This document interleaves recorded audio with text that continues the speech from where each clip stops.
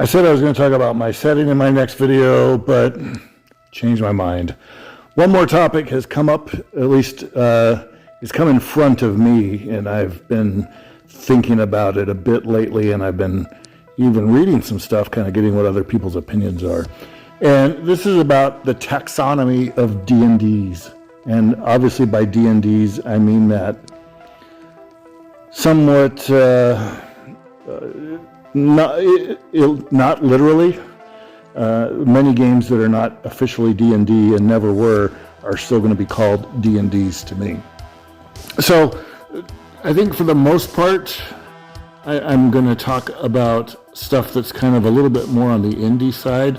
I know that there's a whole host of modern D&D games. They're all pretty mainstream. They've all been pretty popular. And for the most part, they're all pretty similar. And these all kind of started with the launch of 3rd edition back in the year 2000 and the OGL that supported it. 3rd edition was updated to 3.5. 3.5 was replaced with 4th edition, which was legitimately kind of a significantly different game, but we mostly kind of pretend 4th edition doesn't exist, and so does Wizards of the Coast. 5th edition, in my opinion, is really a spin-off of the 3rd edition rules, and it went a different direction than Pathfinder. Pathfinder is also a spin-off of the 3rd edition rules.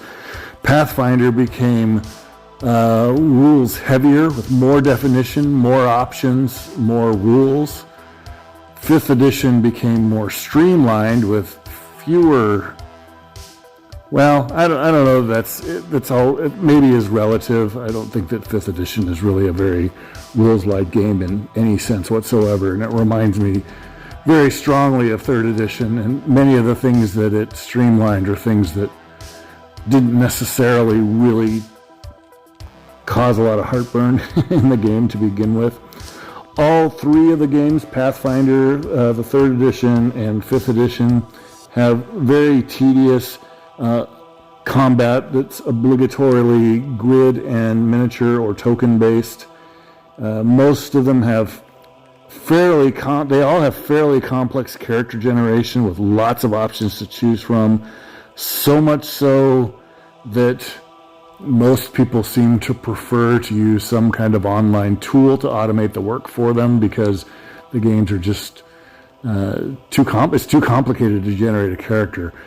Some of them, more than others, are havens, if you will, for power gamers and builders who want to have a great build for their character. Pathfinder is, I think, the one that most caters to this vibe. But in reality, all 3 of them kind of do the same thing. And I'm going to call all of those modern D&D. There are some spin-offs of modern D&D other than Pathfinder and the versions of D&D itself, 3rd edition and 5th edition. The DC 20 game that was recently kickstarted is getting a lot of attention kind of in the YouTubosphere, is an example of that. It's kind of a more tactical, more option-based game that seems to kind of want to do to 5th edition what Pathfinder 2nd edition has done to Pathfinder 1st edition, if that makes sense. They've added more options, more stunts, more cinematic stuff. So it's very much a game that's in the same vein as those games, but tries to one-up them. Another one is Tales of the Valiant, came out by Kobold Press, was deliberately meant to come out as a possible replacement for 5th edition if the OGL were threatened, like it was in fact threatened a little over a year and a half ago maybe now. So Kobold Press kind of got to work and said, we better come up with an alternative.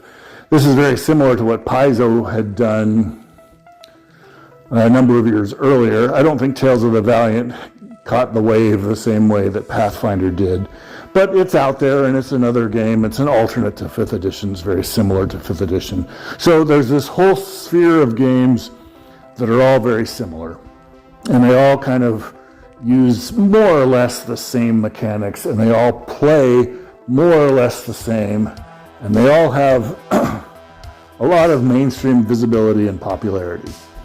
So I'm not going to talk too much about them more than what I've already spoken 5 minutes. That's already too long. So I'm not going to talk more about those. The next group is the OSR, and I think, again, this is a D&D-like game, obviously, or a family of D&D-like games. But the OSR is in many ways poorly defined, and I'm going to put some definition on it, and a lot of people have come up with very similar ways of defining and creating a taxonomy for the OSR. So bear with me as I do just a little bit of historical context to make this all make sense. Back in 2006, 7, 8, there were a lot of people who, particularly gamers who had kind of grown up playing older versions of the game, who started to become more and more disillusioned with 3rd edition. They thought it was too rulesy, too proscriptive, too tedious to play, and they kind of wanted to go back to the way things had been previously in older versions of D&D. And as I mentioned in my last video, all of the old school games, and there were many editions of them, they were all broadly compatible, and they were all very similar in terms of their mechanics. And you could basically take elements or material from one and use it in another without really being any the wiser, to be perfectly honest with you. I mean, there were some differences, and some of them were significant, but by and large, they were all games that used the same system, even more so than the similarities between 3rd edition and 5th edition, or maybe at most on the same scope, same scale of difference. So a lot of people kind of wanted to go back to those, and there were a lot of stuff that kind of started happening before the OSR proper launched. Necromancer Games, for example, had as a tagline and motto for their products that it was 3rd edition rules, but 1st edition feel.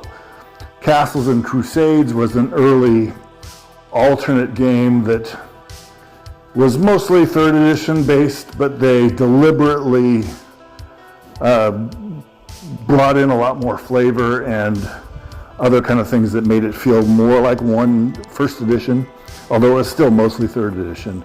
And then the door kind of blew wide open when when the retro clones started. And this is a pretty bold move that some fans did. They used the OGL to essentially replicate, in their own words, but relying on the OGL to protect them legally, they basically replicated older versions of the game. In particular, OSRIC, which is an acronym, and I can't remember what it stands for, and I don't care either, but the old school reference something or other. Anyway, it was meant to replicate 1st edition, and then Basic Fantasy was meant to replicate the BX game, Basic Expert, by Moldvay and Cook. And those two they managed to pass whatever legal challenges. Wizards of the Coast either declined to sue them or made some kind of, hey, as long as you don't go do this, then we're fine, et cetera, et cetera. For whatever reason, they became a real thing. And shortly afterwards, a couple more retro clones came out. Sword and Wizardry came out, which was an original D&D clone. And Labyrinth Lord came out, which was another stab, if you will, at Basic Expert. And there were a couple other retro clones that came out as well. There's For Golden Glory, it was kind of a 2nd edition clone. There's Darkest Dungeons, which is kind of a Rules Cyclopedia clone. But for the most part, those 4 were the big ones. And then much more recently, Old School Essentials is kind of become the juggernaut in this sphere of retro clones. And it is basically a Basic Expert clone. It's very famous for its supposed great layout and organization, super easy as a reference document to use. not so great as a text to read. It doesn't have any flavor at all whatsoever, but supposedly very, very handy and easy to use as a reference document. And if you already know the rules, then you know. Of course, D&D, or Wizards of the Coast, I suppose, also kind of saw that this was happening and realized that there was a big market for their older versions of the game, and they put out some premium editions of first and second edition, the core books at least. And then eventually they kind of basically put everything out there on PDF, and you can buy almost their entire old back catalog of TSR stuff, which they acquired when they acquired TSR. You can buy pretty much all of it on Drive-Thru-RPG. So this is the OSR, Old School Revival, and a lot of people kind of are a little different about what exactly the R stands for. Old School Revival, in particular, was based on the retro clones, and the idea there was that these retro clones replicated as close as possible, although they did make a few tweaks to things that were universally not very liked, like THAC0 was replaced with Ascending Armor class and a handful of other things like that. So they're not exact clones, but they're pretty close, and the experience of playing Labyrinth Lord, for example, versus playing Basic Expert is almost completely indistinguishable. And if anything, Labyrinth Lord is slightly better because they organized it better and they rewrote it to be a little bit easier, and they fixed one or two rules that were always kind of perceived as a problem. And so this is the OSR with stuff, these retro clones, and then other products that was compatible with them. So basically what happened was that the original wave of OSR guys said, we really like the old games, we just want to go back to that, but we want new product, we want new modules, new splat books, mostly new modules. That's what they wanted more than anything. So once these retro clones came out, and the original retro clone, Osric, wasn't even meant to be used as a game, it was just meant to be used as a reference so that people could publish AD&D compatible modules referencing stuff that was in Osric, but the idea was that you just use your old AD&D material. That kind of evolved slightly to where the retro clones became things in and of themselves. AD&D kind of fell out of favor.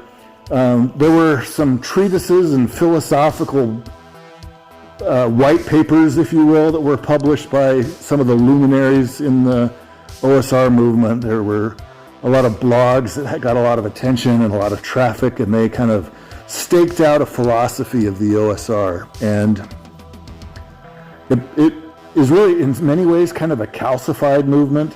They not only want to use the rules as they were published back in the 70s and 80s, but they want to generally replicate a play style that they claim was the default play style during the 70s and 80s. Now, I'm old enough, and I've been gaming long enough, and so have most of these guys who are saying this, honestly, so I'm not quite sure where they're coming from.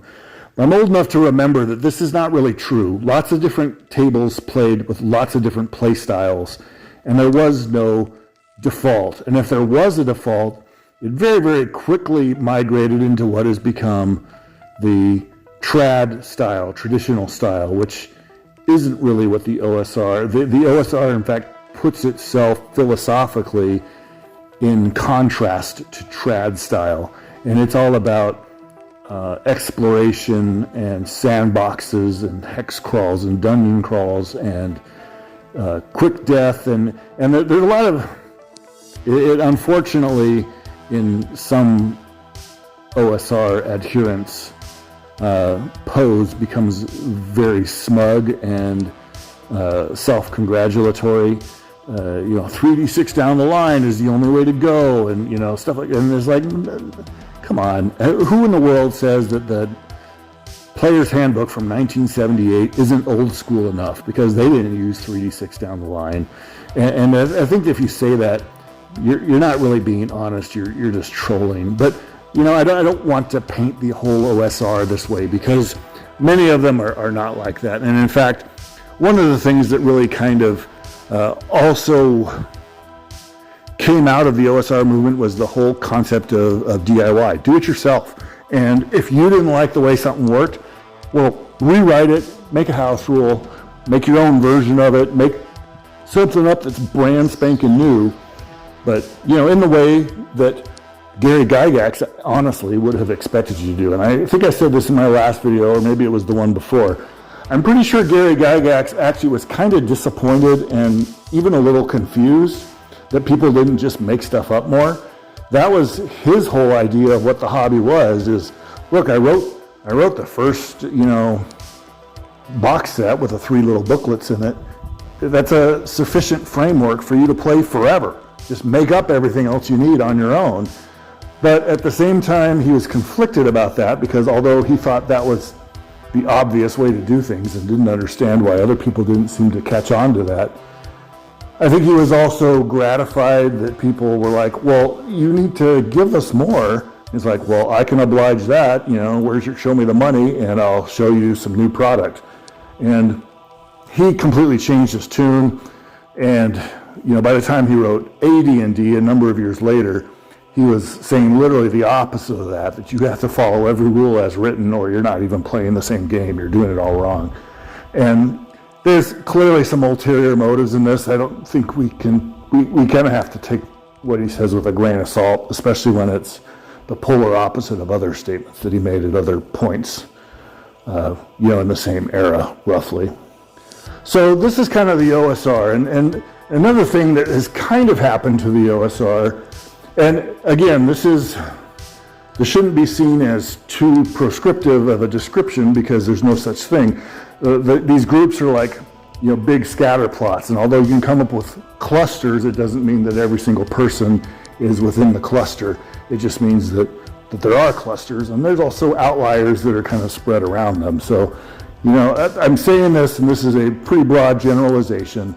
I think the OSR is mostly made up of middle-aged guys in their, or at least this kind of very traditional OSR is made up of middle-aged guys who played for a long time, who tend to be socially and politically kind of conservative. They despise the wokeness that is kind of taking over D&D. They despise the cancellation of people like Gary Gygax, quite frankly, or Robert E. Howard or H.P. Lovecraft, whom they see as the fathers of everything that D&D was built on. And that's kind of the OSR. Now, there are other groups that also sometimes call themselves the OSR, but because they're sufficiently different, I think it's good to give them a new label. And I'm not making these labels up. These labels do already exist, but their use is inconsistent, shall we say. Next to the OSR, we have people who are writing games that are OSR-like, but are not actually clones, and they may do a lot of things quite differently. And it may be that they do magic differently. It may be that they have totally different races, or they have gonzo settings that don't resemble D&D. But you can still use a fair bit of OSR material with them. And because OSR has embraced in particular the rules light approach of original D&D and basic D&D, as opposed to the rules heavy and more prescriptive approach of AD&D, it makes it much easier to kind of slide in and out of one rule system or another. This group that I'm talking about now, though, is called OSR adjacent, and they're very similar to the OSR, and they're sort of compatible, but you need to do a little bit of work because something at least has been changed that's, relatively significant. And I'm not talking about, we added a different class or a different race. I'm talking about something more fundamental to the system has been changed. And this will be the OSR adjacent stuff. I don't know that there's necessarily a profile of the OSR adjacent player. It's just somebody who likes a lot of what the OSR stands for from a gaming perspective, but they also want something different. Some of this stuff you might be able to consider some of the bridge games as being OSR adjacent. Stuff like Shadow Dark, for example, which really is kind of based on 5th edition, but stripped down, streamlined, and kind of crammed into an OSR paradigm.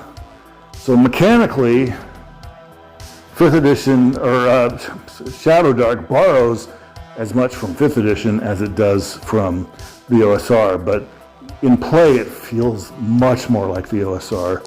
And in fact, it's probably even more streamlined and smoother and simpler to use, because one of the things, at least, that the modern games have done is come up with universal mechanics. They were all overruled. They had too many rules. They were overwritten, overdeveloped, over-engineered. But they also started from a baseline of simplicity that the OSR lacked, because the OSR kind of grew very organically, and rules kind of came as they were thought of, and there's no consistency whatsoever to how they work, and it's kind of, a bit of a pain, quite frankly. So maybe the OSR adjacent games would be some of these that are strongly OSR themed, but they feature a lot of some modern rules. Now there's another group, the next big group, I don't know how big they are, there's another group within who I don't want to say they're necessarily within the OSR, but they're certainly related to the OSR, and they grew out of the OSR, although they kind of became something different. And this is the NSR, or New SR, or New OSR, or NSR is usually how they're written, for New School Revolution. These are games that adhere to the quote-unquote principles of the OSR, whatever exactly that means, and that's very vague, and so it means kind of whatever the person writing the game says that they mean, but they don't use D&D like rules necessarily. In fact, that's kind of their defining feature, is they have totally different rules in most cases. But they supposedly tread the same ground as D&D, and they provide the same experience, but with quote-unquote better rules. Morkborg is a great example of this. It's a lot of people who are unfamiliar with the genre would look at that and say, well, that's clearly the same thing as D&D. And in many ways it is, but mechanically it's actually quite different, and it isn't very much like D&D at all. Black Hack, White Hack, Cairn, Knave. There's a whole bunch of story game stuff was kind of grafted onto this, which is a little bit ironic because a lot of the story game stuff is diametrically opposed stylistically to the OSR. So when they take Powered by the Apocalypse and Dungeon World elements and make them just as prominent as something that would look more familiar to a D&D player in their game, but they say that, well, we're still OSR because we still are OSR principles, that's what you call NSR. The NSR community kind of started around a bunch of mavericks like James Raggi and Zach S., who came up with Lamentations of the Flame Princess as his game, which, to be fair, is actually kind of a BX clone. It's more about the presentation and the mood than it is about the rules in his case. Zach S. was the D&D with Porn Stars blog that was a big deal 10, 15, 20 years ago. These guys kind of really pushed the boundaries socially in many ways about what they thought the games were about and how they should be presented and what they should look like, what their content should be. And gradually, like I said, it kind of spun off and became its own thing. And in some ways, they share some DNA with the OSR, but in many ways, they stand very much in contrast to the OSR. As you can probably imagine, as I've described what many of these games in this community of gamers is like, they tend to be very progressive and liberal, and they tend to see the OSR as a bunch of bigots just because that's what progressives think. Everybody who doesn't think like a progressive is a bigot. They just say that reflexively. It doesn't really mean anything except for those people are not us and they're not welcome here. And the NSR is, ironically, as they bleat about their acceptance and openness, they are very much a gate-kept community. The OSR is more gate-kept in the sense that the OSR, people kind of say, well, this is what the OSR is. If you deviate too much mechanically from a game perspective from what the OSR is, you can't call yourself OSR anymore. Whereas the NSR, like progressives everywhere, takes the tack that, well, if you think differently than us, then you're not one of our people, even if you like the exact same types of games, so you're not welcome here. And this is kind of the state of affairs now, I guess. And to be honest with you, when you look at Drive-Thru RPG, there's the OSR tag. There's not an NSR tag, I don't think. So if you get OSR on your tag, you need to be careful. It may be OSR, it may be OSR adjacent, it may be NSR, or it might just be any rules like indie game that thinks that tagging itself OSR will help it to get more looks and sales. and OSR has kind of become a bit of a meaningless term and a bit of just a meaningless marketing tag. And it's like a lot of corporate buzzwords that are completely vacuous, but everybody says them all the time.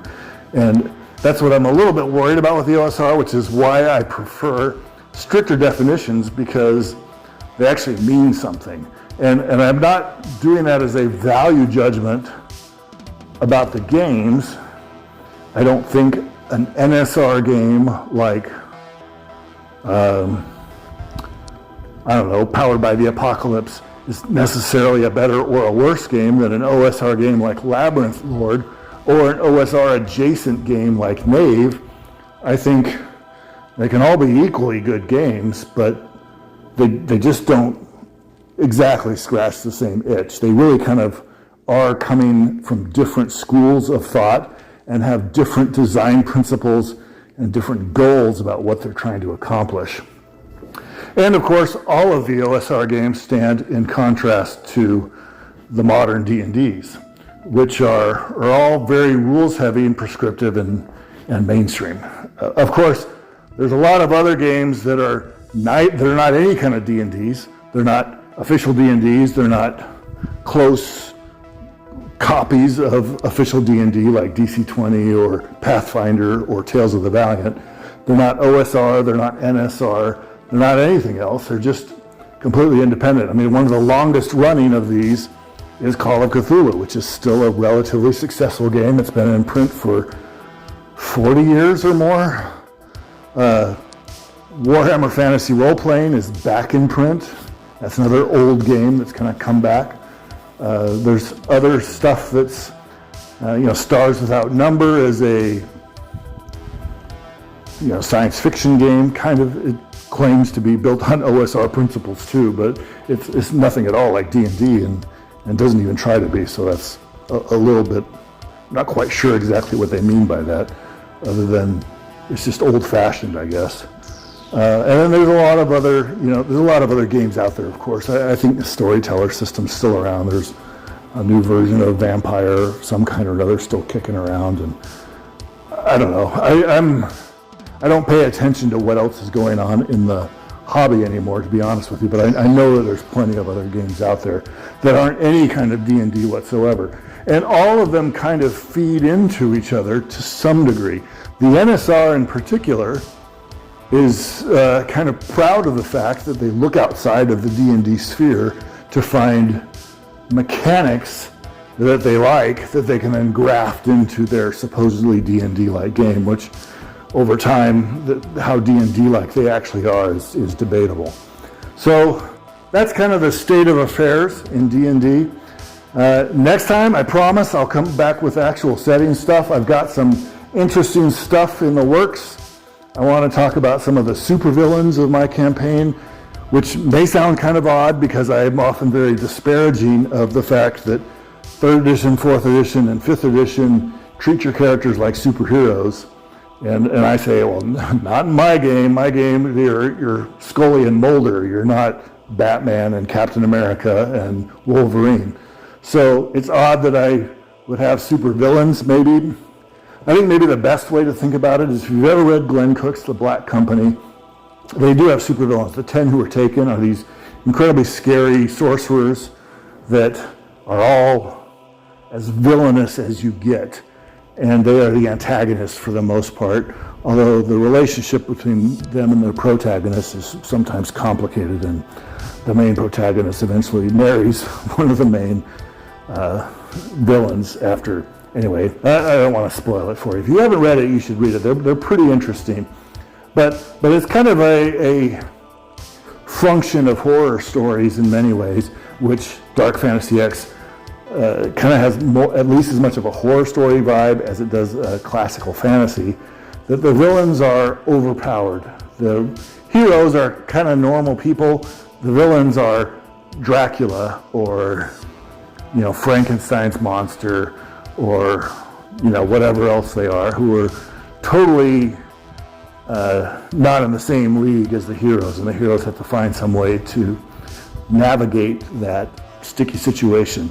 So I have a number of supervillains in my setting that have been developed to greater or lesser degree over a number of years, and I'll talk about some of them a little bit when I come back. So stay tuned. That should be an interesting world building video, I hope. I probably, before I do it, and that's the reason why I didn't do it tonight, is I probably need to plan it and outline at least. If not, I can't imagine I would ever script my videos because I like to just talk off the cuff.